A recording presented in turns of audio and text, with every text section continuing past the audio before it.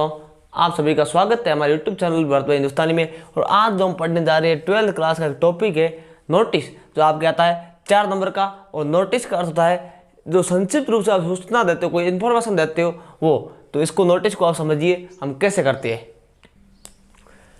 तो अब आप देखिए, नोटिस है जो सूचना का संक्षिप्त रूप है। इसके लिए जो मेन पॉइंट है या मुख्य बिंदु क्या है, और मुख्य बिंदु के बारे में आप जानिए। जो मुख्य बिंदु होते हैं हम उसको लिखते टाइम हमें क्या क्या करना चाहिए। तो पहली बात है, it should be written in the brief and to the point. अब देखो, it should be written in the brief. Brief यानी क्या होता है? संक्षिप्त, यानी संक्षेप में लिखना होता है आपको, शॉर्ट में लिखना होता है। और टू द पॉइंट यानी कि प्रासंगिक, यानी कि आपको पॉइंट टू पॉइंट, उसमें जो पॉइंट रियल है उस पॉइंट के अनुसार लिखना है और संक्षिप्त लिखना है। यानी कि कहने का मतलब आपको नोटिस को संक्षिप्त में और पॉइंट टू पॉइंट लिखना चाहिए। दूसरी बात, it should be written in the third person. Third person यानी होता है आपका अन्य पुरुष। अन्य पुरुष, तो आपको जो नोटिस लिखना है वो हमेशा थर्ड पर्सन में लिखना है, यानी अन्य पुरुष में लिखना है। और थर्ड पर्सन आपको पता है कौन कौन सा होता है।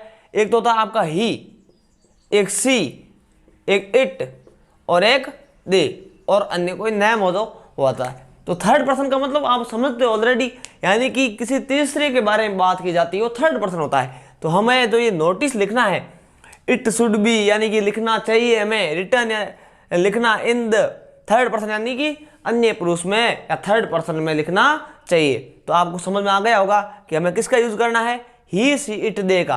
कहने का मतलब तो आई वी ये तो आपका फर्स्ट पर्सन, आई और वी है तो आपका फर्स्ट पर्सन होता है, और यू है तो ये आपका सेकंड पर्सन होता है। इन दोनों का यूज आपको नहीं करना है नोटिस में। यूज किसका करना है? ही सी इट दे और किसी नेम का। अब तीसरी बात, it should be written in formal and simple language. अब फॉर्मल क्या होता है? औपचारिक। क्या होता है? औपचारिक। अब आप देखिए, औपचारिक आपने पढ़ा, औपचारिक अनौपचारिक। अनौपचारिक में वो आते हैं जो हमारे रिश्तेदारों से संबंधित होते हैं।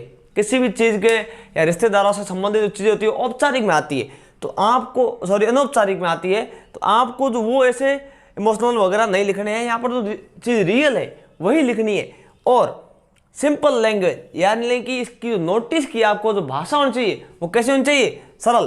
तो कहने का मतलब क्या हो गया कि एक तो आपको इसको संक्षिप्त और प्रासंगिक होना चाहिए, यानी कि शॉर्ट में लिखना है और पॉइंट टू पॉइंट लिखना है। दूसरी बात, इसको थर्ड पर्सन में लिखना है, यानी कि ही सी इट और दे का यूज ही करना है। और तीसरी बात जो आपको देखिए कि इसको कैसे लिखना है? औपचारिक में लिखना है। जैसे आप औपचारिक लेटर में जो लैंग्वेज यूज करते हो वैसी लैंग्वेज में लिखना है।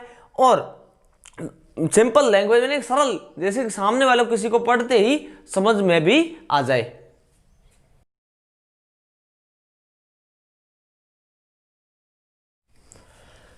तो अब हमारी बात है कि नोटिस में जो है हमारा नोटिस किस टाइप के आते हैं। तो हमें तो नोटिस के टाइप के बारे में भी हम अध्ययन कर रहे हैं। नोटिस जो करते हैं तो किस टाइप के नोटिस है उसको हम कैसे लिखने, यानी कि अलग टाइप के नोटिस होते हैं। तो उनमें से हम 2 टाइप में उनको बांटा है, और उन 2 टाइप के नोटिस हम किन किन चीज़ों का ध्यान रखना पड़ता है। तो पहला है हमारा मीटिंग संबंधित नोटिस, यानी आप कोई कार्यशाला आयोजित करने जा रहे हो या मीटिंग आयोजित करने जा रहे हो, तो उस मीटिंग में किसी को नोटिस जारी किया जाता है। तो उस मीटिंग में आपको नोटिस लिखते टाइम क्या क्या बातें ध्यान में रखनी चाहिए। तो पहली बात है डेट, दिनांक का आपको ध्यान रखना चाहिए कि जो मीटिंग है वो कब आयोजित की जाएगी। दूसरा है आपका समय। अब दिनांक तो उन्होंने बता दी, लेकिन कोई फिक्स टाइम भी दोगे। 24 घंटे में से मीटिंग जो भी 1-2 घंटे 5 घंटे चलेगी, तो मीटिंग का फिक्स टाइम भी दोगे कि इतने बजे स्टार्ट होगी। तो वहाँ पर आपको फिक्स टाइम बताना है कि मान लो वो 5 बजे स्टार्ट हो रही है तो 5 बजे का आपको फिक्स टाइम देना है। 10 बजे तो 10 बजे का टाइम देना है। तो आपको दिनांक के साथ साथ समय के बारे में भी बताना है कि इस दिनांक को इतने बजे मीटिंग आयोजित की जाएगी। फिर वेन्यू यानी स्थान। अब ऐसा है नहीं मीटिंग हर कहीं आयोजित होती है, मीटिंग का आयोजन का स्थान भी आपको डिसाइड करके बताना पड़ेगा, तय करके बताना पड़ेगा कि उस स्थान पर इतनी तारीख को इतने बजे हमारी जो कार्यशाला आयोजित होगी या फिर मीटिंग आयोजित की जाएगी। दूसरा पॉइंट है वो आर टू अटेंड। हु यानी कौन, आर टू अटेंड यानी कौन कौन उपस्थित हो रहा है, फिर कौन कौन शामिल होंगे मीटिंग में। बड़े बड़े अधिकारी भी हो सकते हैं, कोई मुख्य अतिथि भी हो सकता है, कोई भी जिसको बुलाओ मीटिंग में। हो सकता है कि मान लो स्कूल की कोई मीटिंग है तो प्रिंसिपल और किसी एक स्ट्रीम के टीचर हो सकते हैं, जैसे मान लो कला संकाय के आर्ट्स के टीचर आ रहे सभी, उनकी मीटिंग रख रहे हैं प्रिंसिपल, या साइंस वाले टीचर की मीटिंग रख रहे हैं, या फिर पूरे पूरे स्कूल मेंबर्स की रख रहे हैं, जिसमें पियोन वगैरह सब शामिल होते हैं, क्लर्क वगैरह सब। तो आपको यहाँ ये भी बताना है कि मीटिंग में कौन कौन शामिल होंगे। अब हो सकता है कि पीटीएम हो, पेरेंट टीचर मीटिंग हो, तो उसमें पेरेंट्स भी आते हैं। एमटीएम हो तो मदर्स टीचर मीटिंग है, तो उसमें माताएं और जो शिक्षक वगैरह होते हैं उनकी कार्यशाला होती है। अब नेक्स्ट है एजेंडा, कार्यसूची, यानी उस मीटिंग का आपको जो उद्देश्य क्या है, या फिर वहाँ मीटिंग में किन किन मुद्दों पे चर्चा की जाएगी, या फिर किन किन मुद्दों पे डिस्कस किया जाएगा, वो भी आपको यहाँ बताना है, ताकि सामने वाला अपने बारे में उस टॉपिक पर तैयार होके आए, या फिर अपना वो टॉपिक तैयार करके रखे। नेक्स्ट है हमारा कॉन्टैक्ट एड्रेस एंड पर्सन, यानी इस मीटिंग से संबंधित कोई भी समस्या हो या कोई जानकारी प्राप्त करनी हो तो हम उसके बारे में किसी व्यक्ति या कहाँ पर संपर्क कर सकते हैं, या फिर किस व्यक्ति से संपर्क कर सकते हैं, उस बारे में हमारे को जानकारी देनी पड़ेगी। यानी कि कोई भी जानकारी लेनी हो मीटिंग के बारे में, और तो आपको जो जानकारी प्राप्त करनी, मान लो किसी क्लब के सेक्रेटरी से जानकारी प्राप्त करनी है, तो वहाँ सेक्रेटरी का एड्रेस भी दिया जाएगा, वही वहाँ सेक्रेटरी की ऑफिस है, या फिर वहाँ पर कोई भी उसके बारे में, रूम के बारे में बता दिया जाएगा एड्रेस का। दूसरी बात है पर्सन यानी व्यक्ति के बारे में, यानी कि जो सेक्रेटरी है उसका खुद का डायरेक्टली हम कॉन्टैक्ट नंबर देख के भी बता सकते हैं कि आप इस कॉन्टैक्ट नंबर से कॉन्टैक्ट करके भी जानकारी प्राप्त कर सकते हो। अब ये तो हमारी होगी मीटिंग से संबंधित जो नोटिस लिखने के बारे में बातें। अब दूसरी बात हमारी हो गई, तो दूसरी मीटिंग है घटना या आयोजन या यात्रा या मेला आदि से, यानी कि दूसरी कोई भी मीटिंग के अलावा कोई घटना घटित हो जाती है। तो मैंने आपको कहा था कोई भी रिपोर्ट है उसका शॉर्ट रूप है, सूचना है, तो इन्फॉर्मेशन है उसका शॉर्ट रूप है नोटिस। तो यहाँ पर कोई घटना है या आप कोई आयोजन करने जा रहे हो, जैसे प्राइज डिस्ट्रीब्यूशन, मैं कह रहा हूँ कि पुरस्कार वितरण समारोह का आयोजन, रक्तदान शिविर का यानी ब्लड डोनेशन कैंप, नेत्रदान शिविर यानी कि आई ऑपरेशन कैंप, जो नेत्र जांच शिविर, इस तरीके कई कैंप आयोजित की जाते हैं। यह यात्रा आप कहीं भ्रमण में जा रहे हो, जैसे एजुकेशनल टूर होता है तो उसमें शैक्षणिक भ्रमण होता है, तो उसमें कहीं पर भी आप भ्रमण में जा रहे हो तो यात्रा से संबंधित। या फिर मेला, कोई मेले का आयोजन किया जाता है तो उसमें भी आपको जो मेले के बारे में तो नोटिस आता है, तो वो नोटिस, जैसे कोई मेले का आयोजन किया जाता है उससे पहले बताया जाता लोगों को कि अपने ज़िले में या अपने शहर में यहाँ मेला आयोजित किया जाएगा, तो उससे संबंधित जो है तो सबसे पहले तो हमें लिखना नेम ऑफ द इवेंट, यानी कि कोई भी हम घटना या मेला या यात्रा के बारे में बताने जा रहे हैं या फिर कोई आयोजन करने जा रहे हैं तो वो घटना क्या थी या यात्रा किस तरह की थी। या फिर भाई देखो, एक तो होता है सिर्फ ऐतिहासिक स्थलों का भ्रमण, शैक्षणिक भ्रमण, अलग अलग तरीके के जो यात्राएं होती है।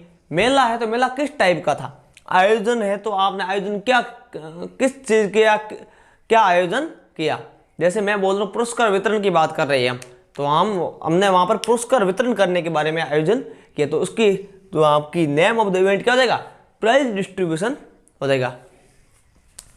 अब ऑब्जेक्ट ऑफ इवेंट, यानी कि जो उद्देश्य, ऑब्जेक्ट यानी क्या था, उद्देश्य, तो आपका जो आपने घटना की थी, जो आपकी आयोजन किया गया था, उसका उद्देश्य क्या था, आपका टारगेट क्या था, तो आपको टारगेट बताना है। जैसे मान लो मैंने अभी बात की प्राइज डिस्ट्रीब्यूशन, आपने मान लो इवेंट लिया है, तो आपका उद्देश्य क्या होगा, बच्चों को मोटिवेट करना, प्रोत्साहित करना, जिससे बच्चे हैं जो अलग अलग तरह के कार्यक्रमों में आगे बढ़ चढ़कर भाग ले।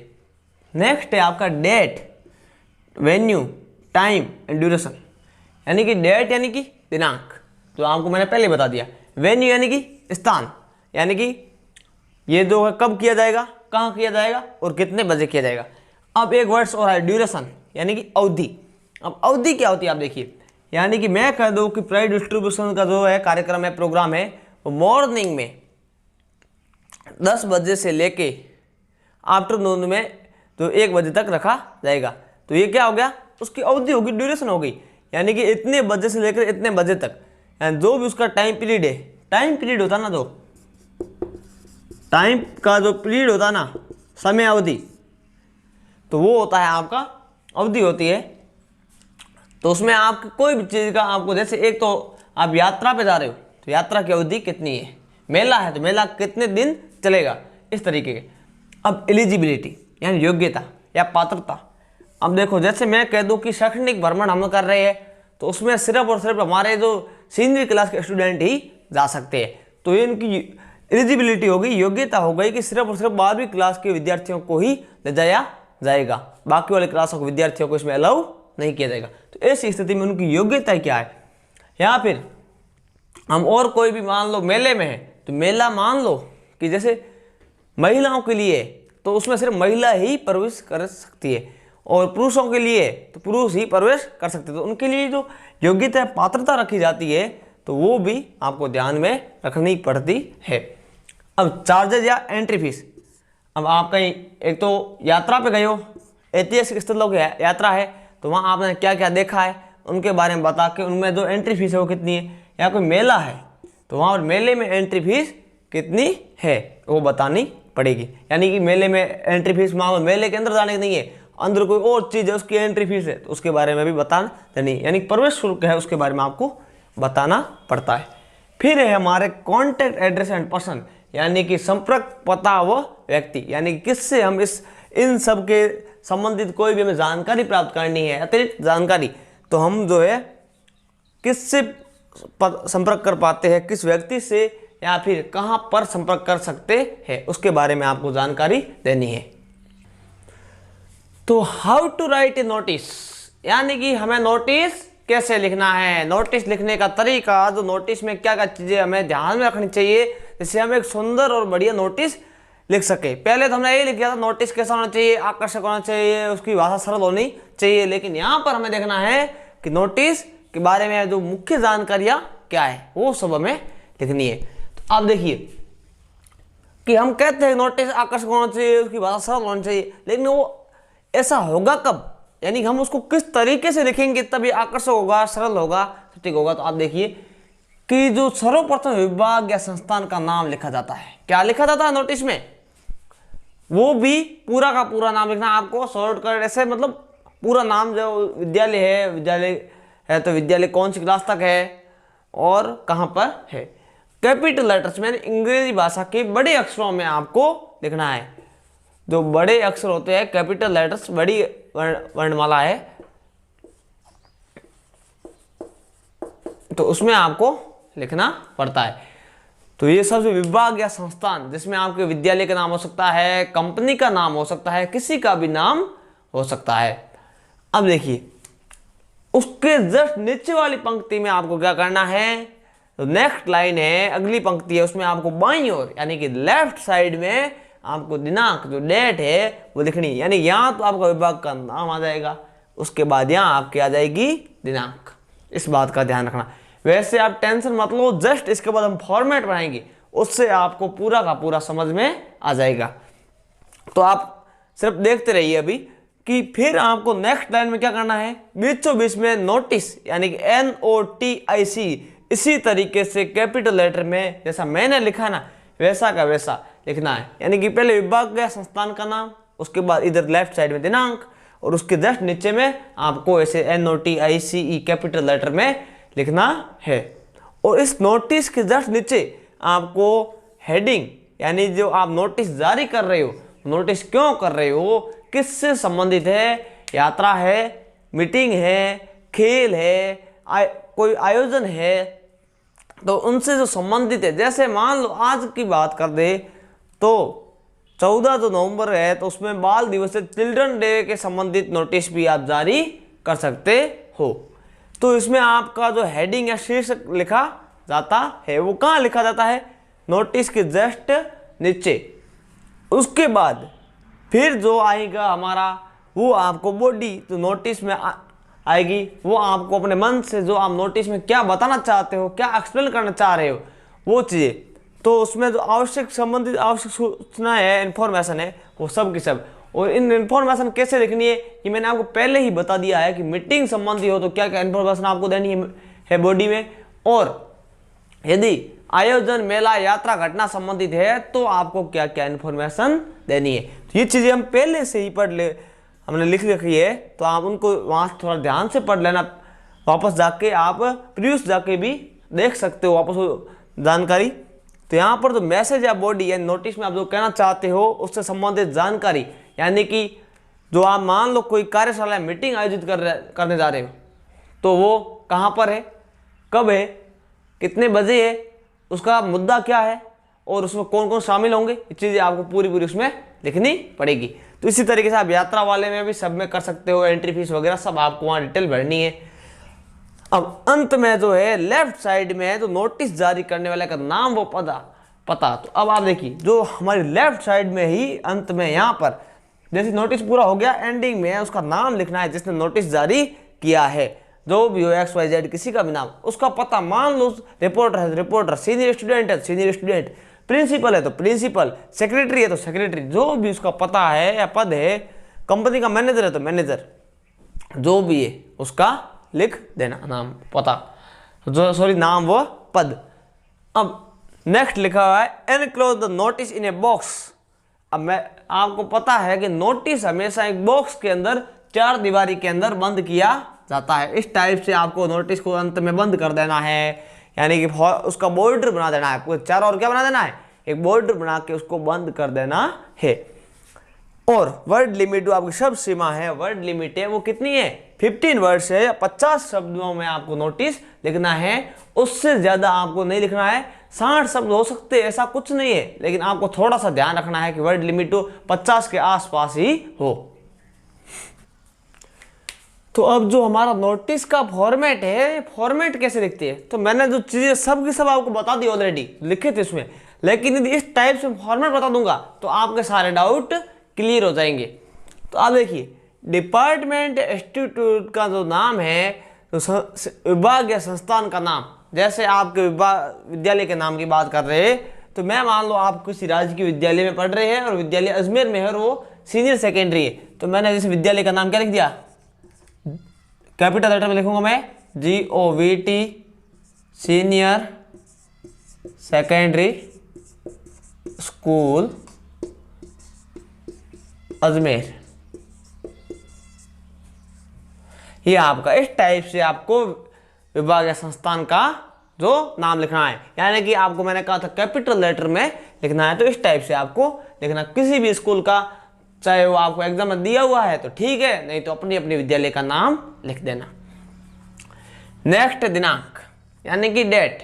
अब डेट कैसे लिखी जाती है, इन चीज़ों पर आप बहुत गौर से ध्यान से देखिए।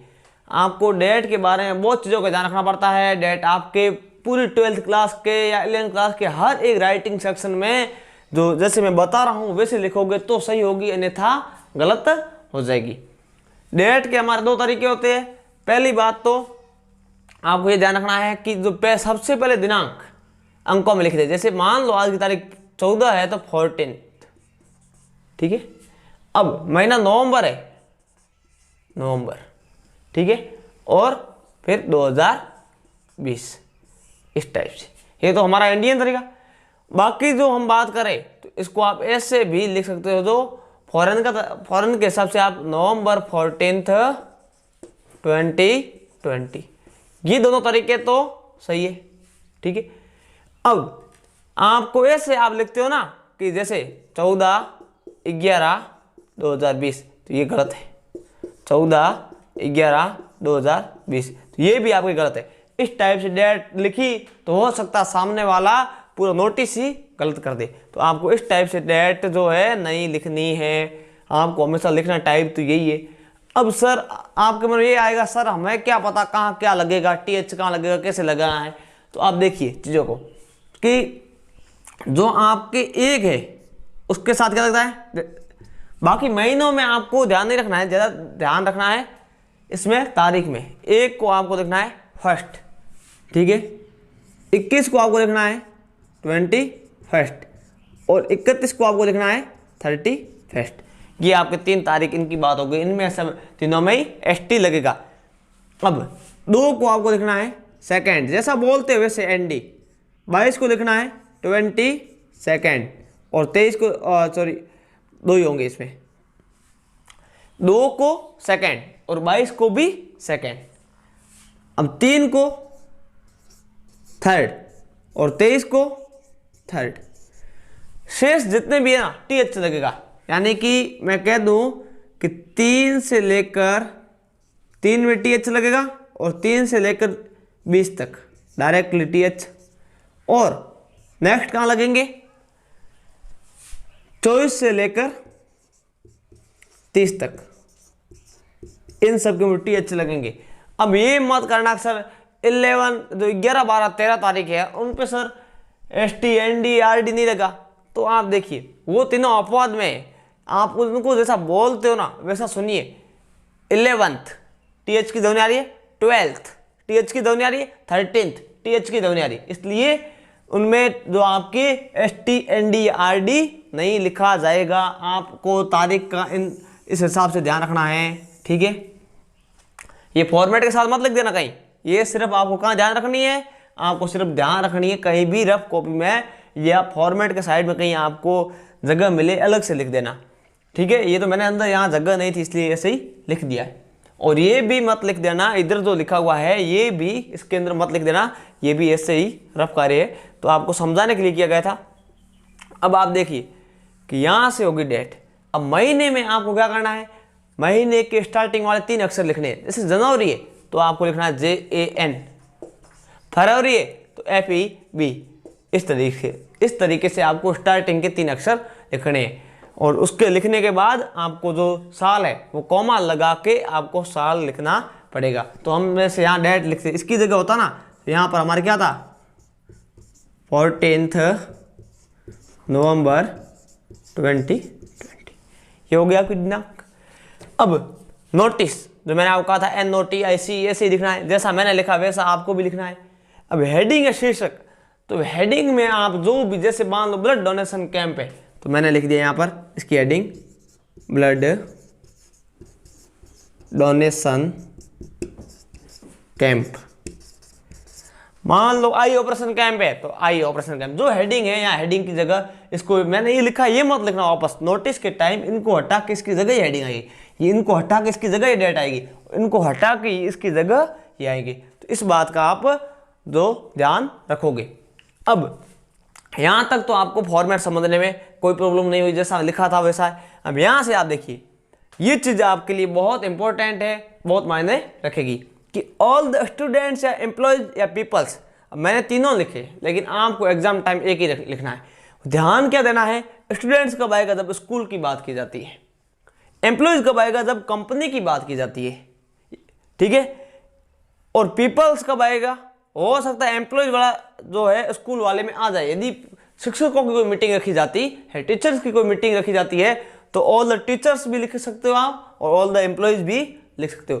पीपल्स कब आएगा जब अपने नेशन की, स्टेट की ऐसी बात डायरेक्टली कोई को संबोधित कर रहा है या फिर अपनी सोसाइटी के बारे में बात की जाती है, यानी कि अपना सोसाइटी में कोई मेला आयोजित किया जा रहा है तो वहां पर सोसाइटी के लोगों को बताया जाएगा। तो यहाँ पर इन तीनों में से एक जो जैसा आपको क्वेश्चन मिले उस हिसाब से आपको लिखना है, यानी क्वेश्चन किस बारे में, आर इन्फॉर्मेट डेट। और अब यहां तक तो ये आपके सब में कॉमन रहेगा। स्कूल यदि स्टूडेंट है, टीचर है, तो कंपनी एम्प्लॉयज है, एम्प्लॉयज में स्कूल वाले टीचर भी आ सकते हैं, लेकिन यहां पर कंपनी में तो क्या आएंगे, एम्प्लॉयज आएंगे। अब पीपल्स सोसाइटी में आ सकते हैं, और सोसाइटी की जगह और कंट्री भी लिख दे तो भी कोई फर्क नहीं पड़ने वाला है, और स्टेट लिख दे तो भी कोई फर्क नहीं पड़ने वाला है। इज ऑर्गेनाइजिंग, अब यदि आयोजन हो रहा है तो ऑर्गेनाइजिंग करोगे, ठीक है।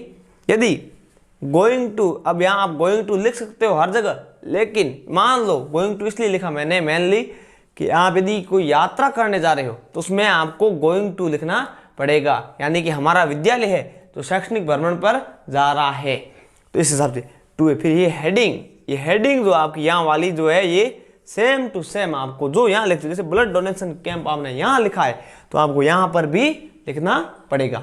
इन बातों का आप मेनली ध्यान रखोगे।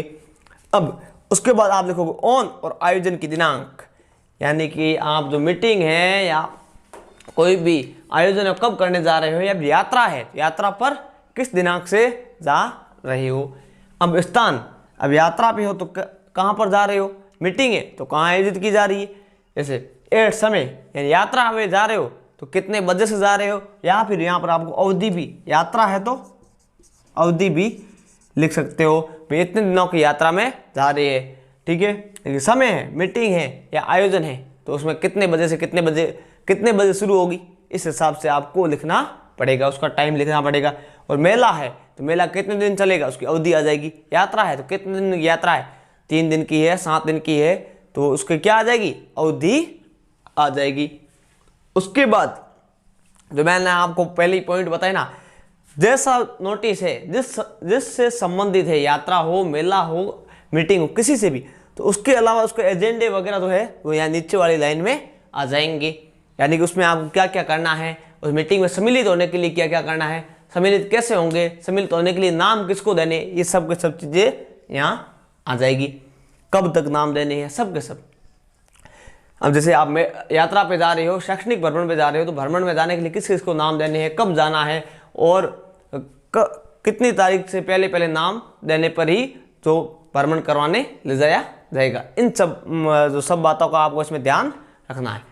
अब नेक्स्ट है जो आपके यहाँ पर नोटिस जारी करने वाले का नाम, मैंने आपको कहा था लेफ्ट हैंड साइड में एंडिंग में जो हम क्या करेंगे, नोटिस जारी करने वाले का नाम। मान लो जो इसकी जगह रमेश है तो यहाँ रमेश लिखा जाएगा, इसकी जगह रमेश। या मान लो सुरेश है तो सुरेश लिख दिया जाएगा, मान लो देवेंद्र है तो देवेंद्र लिख दिया जाएगा। अब नोटिस जारी करने वाले का पद, मान लो सेक्रेटरी है तो सेक्रेटरी लिख दिया जाएगा, वो प्रिंसिपल है तो प्रिंसिपल लिख दिया जाएगा, वो हिस्ट्री क्लब का कोई टीचर है तो हिस्ट्री क्लब का टीचर ऑफ हिस्ट्री क्लब ऐसे लिख दिया जाएगा। सेक्रेटरी ऑफ हिस्ट्री क्लब है तो सेक्रेटरी ऑफ हिस्ट्री क्लब, यानी जिससे संबंधित है उसके बारे में नोटिस लिख दिया जाएगा। तो उम्मीद है कि आपको वीडियो अच्छा लगा होगा, हर चीज़ समझ में आ गई है। समझ में नहीं आई तो आप प्रीवियस जाके वापस देख ले, फिर भी समझ में नहीं आए तो आप हमें कमेंट बॉक्स में कमेंट कर सकते हो, और व्हाट्सएप पे भी जो आप संपर्क कर सकते हो, व्हाट्सएप नंबर आपको यहाँ पर डिस्क्रिप्शन में मिल जाएंगे। और बाकी वाले जितने भी आपके टॉपिक्स हैं उनके सबकी वीडियो भी हमारे ऑलरेडी अपलोड किए हुए, तो उन वीडियोज़ में भी आप देख सकते हो प्लेलिस्ट में जाके, और प्लेलिस्ट की लिंक हम आपको डिस्क्रिप्शन में उपलब्ध करवा देंगे। और यदि आपको किसी कारण उस प्लेलिस्ट की लिंक नहीं मिल रही है तो आप डायरेक्टली चैनल पे जाके भी प्लेलिस्ट में जाके देख सकते हो। और कोई भी आपको इसमें लगे डाउटफुल तो आप कमेंट ज़रूर करें, और वीडियो को लाइक करें, शेयर करें, सब्सक्राइब करें चैनल को। और इसी के साथ आपका धन्यवाद।